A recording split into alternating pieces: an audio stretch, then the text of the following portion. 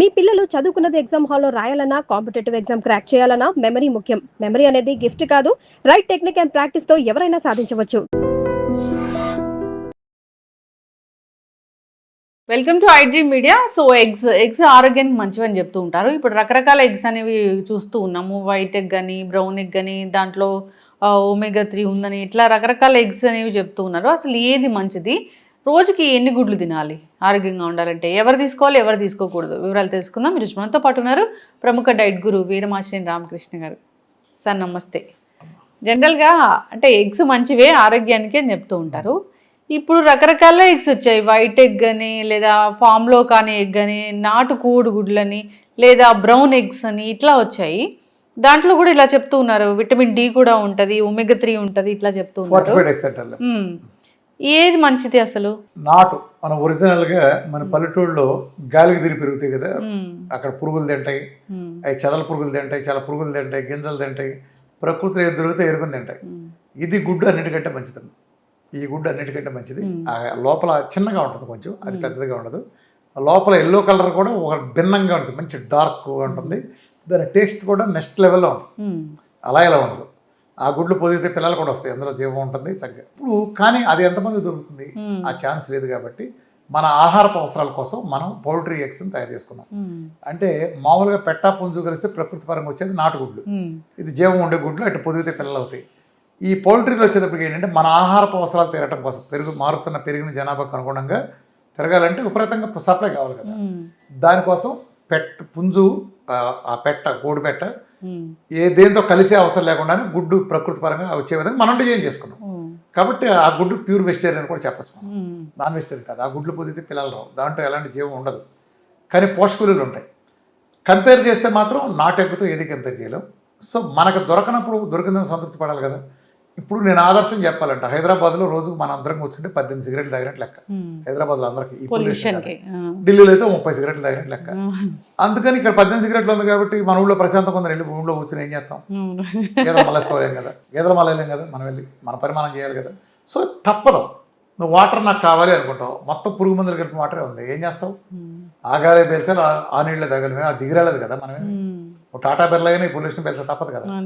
So ఇది ఈ పరిస్థితుల్లో మార్గం ఏంటి? ఆ గుడ్లో వంకలు ఎత్తకద్దు. కొంతమంది పిచ్చిగా కూడా వాగుతూ ఉంటారు, కొడుకుడు సంబంధించి ఆరుమూలు కానీ అట్లాంటిదే ఉండదు. మనం వెళ్ళి వ్యాక్సిన్లో ఎగబడి చేయించుకోవట్లే.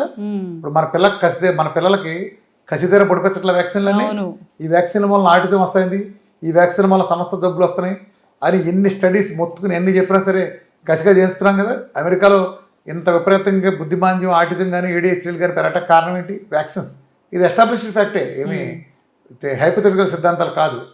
ఇన్ని అనర్థాలను ఎందుకు ఇస్తున్నారు? ఇవాళ చూడు వ్యాక్సిన్ వల్ల ఎన్ని గుండెపోట్లు వచ్చినాయో. మరి ఇస్తున్నారు కదా. అలా పొడిచినప్పుడు కోళ్ళకు కూడా ఏమైంది?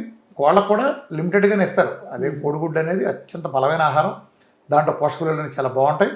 అసలు ఒక అద్భుతం ఏంటంటే, కోడిగుడ్లో అన్నీ వేసుకుంటే పోషక విలువలని, ట్రేస్ మినరల్స్ కానీ, ట్రేస్ అని లేదా డైరెక్ట్ అంటాం. కోడిగుడ్లో ఉన్న పోషక విలువలు అన్ని రకాలు ప్రపంచంలో ఏ ఫుడ్లో ఉండవు. ఈ ప్రపంచంలో అత్యంత చవకైన బలమైన ఆహారం ఏంటంటే అది ప్రకృతి మనకి ఇచ్చిన ఆహారం నేరుగా ఇచ్చింది కోడిగుడ్డు. ఇది చవకగా ఉంటుంది, రుచిగా ఉంటుంది. కోడిగుడ్డు వెజిటేరియన్ కూడా, నాన్ వెజ్ అనుకోసం పని లేదు. నాటుగుడ్లు అయితే నాన్ వెజ్ అనుకోవచ్చు మీరు ఏమైనా అపోహత అనుకుంటే. ఈ కోడిగుడ్లు ఎన్ని తినాలి? నేను డైట్లో 25 పెట్టిన వాళ్ళు ఉన్నారు, 30 పెట్టిన వాళ్ళు ఉన్నారు. మనకి ఇంగ్లాండ్లో 1991లో మనకి అక్కడ ఇంగ్లాండ్లో ఒక ఆర్టికల్ పబ్లిష్ అయింది, ఫేమస్ జర్నల్లో, మెడికల్ జర్నల్లో. ఒక అతను 30 సంవత్సరాల పాటు ప్రతిరోజు 25 గుడ్లు తీసుకున్నాడు. అతని జీవితంలో హాస్పిటల్కి వెళ్ళలేదు, అద్భుతంగా ఉన్నాడు. ఆ స్టడీ ఆర్టికల్ కూడా ఉంది, 1991లో అది పబ్లిష్ చేశారు. ఉండొచ్చు కానీ మరి అన్ని గుడ్లు ఇప్పుడు నువ్వు అన్నం తింటాము, ఫర్ ఎగ్జాంపుల్ మనం ఇలా అన్నం తింటా ఉంటాం, పిల్లలు లేకపోతే హస్బెండ్ కూర్చొని తింటాడు. పిల్లలకు ముఖ్యంగా తల్లులు చేసే పని, అరే పప్పులో కొంచెం పెట్టుకున్నానా, తెల్లండి ఆ చెత్త తెల్లండి, సాంబార్లో కొంచెం పెట్టుకోరా, అరే మధ్యలో పెట్టుకో, చాలు ఎంత కొంచెం ఉంది, అన్నం పెట్టుకొని చూస్తే ఇంకో ముద్ద వద్దు, నిండిపోయిందన్న చూడండి. మనం అతిథి మర్యాదలు చేస్తారు కదా, ఇంకొంచెం అన్నం ఏంటి, అన్నం పెట్టే తొక్కండి, ఇంకా నాశనం చేసి సంక్రాంతి ఇస్తారు తప్పండి. అన్నాలు పెట్టి బస్తా చేస్తారు. చేయించిన దగ్గర నుంచి నా కొడుకు బత్తా 7 ఈయన దగ్గర 3 ఇదే కదా. అంటే పరిగమాలని నువ్వు అంత కోరుతున్నావు కదా. ఈ ఎగ్గులో అంత బలం ఉంది కదా, ప్రతి అణువులోనూ బలం ఉంది కదా ఎగ్గులో. మరి ఎగ్గు తింటే ఏం మారా, అంత బలం ఉంది. ఎక్కువ తింటే ఏమవుతుంది, 25 తింటే ఏమవుతుంది? నా వరకు నేను ఎక్స్పెరిమెంట్గా ఒక చిన్న పాప 4 సంవత్సరాల పాప వస్తే ఆ పాపకి నేను క్యాన్సర్, ఏఎంఎల్ క్యాన్సర్ మొత్తం అసలు డేట్ చెప్పేసినారు, ఎవరో ట్రీట్మెంట్ కూడా తీసుకోవాలి. ఆ అమ్మాయి WBC 200 పడిపోయింది. అట్లానే హిమోగ్లోబిన్ కూడా 5 అరౌండ్ ఉంది, 5 అరౌండ్ హిమోగ్లోబిన్, ప్లేట్లెట్లు 45,000, RBC కూడా 2 ఉండేది. డైట్ వచ్చి 3 ఏళ్ల పిల్లలకి ఏం పెడతాం? నేను సరదాగా అడిగాను, అమ్మ కోడిగుడ్లోనే తింటావా గట్టిగా, నువ్వు కోడి ఇంజక్షన్లో చేయాల్సిన ఎగ్స్ తింటామో ప్రాబ్లం నీకు తగ్గిపోతుందని చెప్పి, అంటే అది కొంచెం పూర్ కూడా, అందుకని నేను కొంచెం ఎక్కువ రీసెర్చ్ చేయాలి, ఎగ్స్ కొంచెం వాళ్ళు అఫోర్డబుల్ కాబట్టి అది చెప్పాను. అన్ని అంటే ఎన్ని పెట్టమంటారు సార్ అన్నారు. అప్పుడు మేము గుడ్లన్నీ అందరికి ఫ్రీగా పెట్టేవాళ్ళు రామకృష్ణ ట్రైన్లో. ఆ గుడ్లు ఎదురుకుండా ఒక గిన్నె ఉంటే గిన్నె పెట్టి ఇవన్నీ తినాలి అన్న ఊరినే జస్ట్ కోడంగా తనంగా అన్న, అంటే పిల్ల కనీసం 1-2 తింటుందని నా ఉద్దేశం. ఆ పిల్ల 15 తినేసింది 3 ఏళ్ల పిల్ల. కానీ డైజెస్ట్ అవుతాయి అక్కడ అవసరం డైజెస్ట్ ఏంటి, అది నీకు నాకు ఆలోచించాలి అదంతా. ఆ పిల్ల కొంచెం దిట్టంగానే వదిలే బట్ అయింది. ఆ తర్వాత రోజుకి 15 తినేసింది ఆ పిల్ల. అట్లా కరెక్ట్గా 14 రోజులు అమ్మ డైట్, రోజు 15 గుడ్లు. అంటే ఫస్ట్ రోజు అంటే మా దగ్గర తినేసింది, ఆ రోజు ఆకలి మీద కూడా తినేసింది. తర్వాత రోజంతా డిస్ట్రిబ్యూట్ చేసుకుని అంటే 5 ఎగ్గులు చొప్పున అట్ట చొప్పున ఎట్ టైం తినేసింది ఆ పిల్ల. బరువు పెరిగింది. 14 రోజుల్లో 200 ఉండే WBC 18,840 వెళ్ళింది. సమ్ 5+ ఉండే హిమోగ్లోబిన్ 13.8కు వెళ్ళింది. అట్లనే ప్లేట్లెట్ కూడా 48,000 నుంచి 1,74,000 పెరిగింది. RBC కూడా 2 నుంచి 46కి, అంటే 24 రెట్లు పెరిగింది RBC కూడా. అంటే ఏం జరిగింది? ఒక రెవల్యూషన్ దేంతో జరిగింది అంటే కోకోనట్ ఆయిల్ ఉంది. కోకోనట్ ఆయిల్ ఉన్న ఆ పిల్లకి ఎక్కువ కోకోనట్ ఆయిల్ ఇవ్వలేదు. కోకోనట్ ఆయిల్ అంటే ఎక్కువ తాగలేదు, చిన్నపిల్ల కదా 3 ఏళ్ళకి. అసలు గుడ్లే పెట్టాం అచ్చంగా, గుడ్లతో పాటు ఉన్నాయనుకో మనకి కొంచెం సప్లిమెంటేషన్ అన్నా. అంటే ఎంత ప్రభావం చూపించినాయి, హిమోగ్లోబిన్ ఎంత పెంచినాయి 14 రోజుల్లో, మెడికల్ రిజల్ట్స్ ఇవ్వలే. అట్లా నేను ఇక్కడికి వచ్చే వాళ్ళందరూ కూడా బాగా క్యాన్సర్ వాళ్ళకి, అలానే క్రానిక్ ఆటోమిన్ డిసీజులు అందరూ విపరీతంగా పెడతాను. లైఫ్ స్టైల్కి వెళ్ళాము, తిండి తగ్గించి 1 మీల్ ఇస్తాను. ఈ ఆటోమిన్ క్రానిక్ డిసీజ్ వాళ్ళకి విపరీతంగా పెడతాను. అందులో భాగంగా నేను డజన్ గుడ్లు కూడా సజెస్ట్ చేస్తాను చాలామంది. ఈవెన్ కిడ్నీ పోయిన వాళ్ళు కూడా 12 ఎగ్గెల్లోలు పెడతాను. అట్లనే మామూలు వాళ్ళకి కూడా డైట్ ఇస్తారా మీరు జనరల్ గా? డైట్ ఇవ్వటం కాదు, ప్రిస్క్రైబ్ చేస్తాను, వాళ్ళ ఇంటి దగ్గర చేసుకుంటాను. నేను డైట్ నేర్పడానికి అమ్మ ఇక్కడ ఉంది. నేను డైట్ ఇచ్చే సెంటర్ కన్నా పెట్టుంటే నా దగ్గరికి వస్తే నువ్వు ఎక్కడ నేర్చుకుంటావు, ఇంటి దగ్గర చేసుకుంటారు. ఇప్పుడు ఎవరైనా ఒబిసిటీ ఉంది, డయాబెటీస్ ఉంది, దీనికోసం డైట్ కావాలంటే డైట్ ఇవ్వడమేనా లేదంటే? అదేం కాదు, డైట్ మనం ఇవ్వట్లా, కానీ త్వరలో చాలా పెద్ద వ్యవస్థ వస్తుంది. కిచెన్ కూడా VRK డైట్ కిచెన్ లాగా చాలా పెద్ద సంస్థ ఇది వస్తుంది. చాలా ఇంటర్నేషనల్ గానే ఫేమస్ ఉన్న ఒక పెద్ద సంస్థ వాళ్ళతో చాలా రెసిపీస్ అనేవి జరుగుతున్నాయి.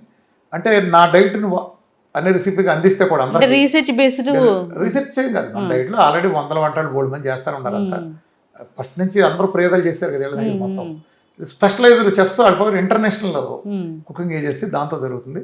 చాలా పెద్ద స్థాయిలో హైదరాబాద్ లో అందరికి కూడా కిచెన్ సూపర్ అవుతాయి.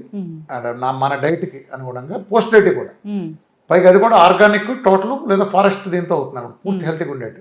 ఇప్పుడు డైట్ మన డైట్ మనమే కాపాడుకోవాలి. అవును, నా డైట్ రోడ్డు మీద దొరికే రైతు బజార్ కూరగాయలతో చేయడానికి ఒక క్యాన్సర్ వచ్చినాడు అంటే మిగిలిన అవసరం లేదు, మిగిలిన మీ ఇష్టం. కరెక్ట్, మీరు ఇందాక ఒకటి చెప్పారు.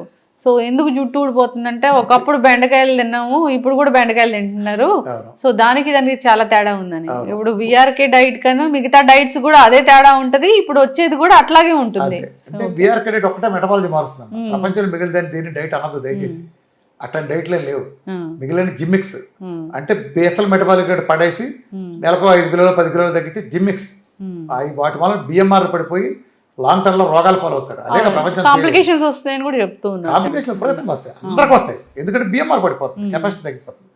మన డైట్ ఇప్పుడు నువ్వు గమనించావా, ఇంతమంది డైట్లు చెప్పేవాళ్ళు ఉంటారు, ఒక్క జబ్బు తగ్గించగలరా?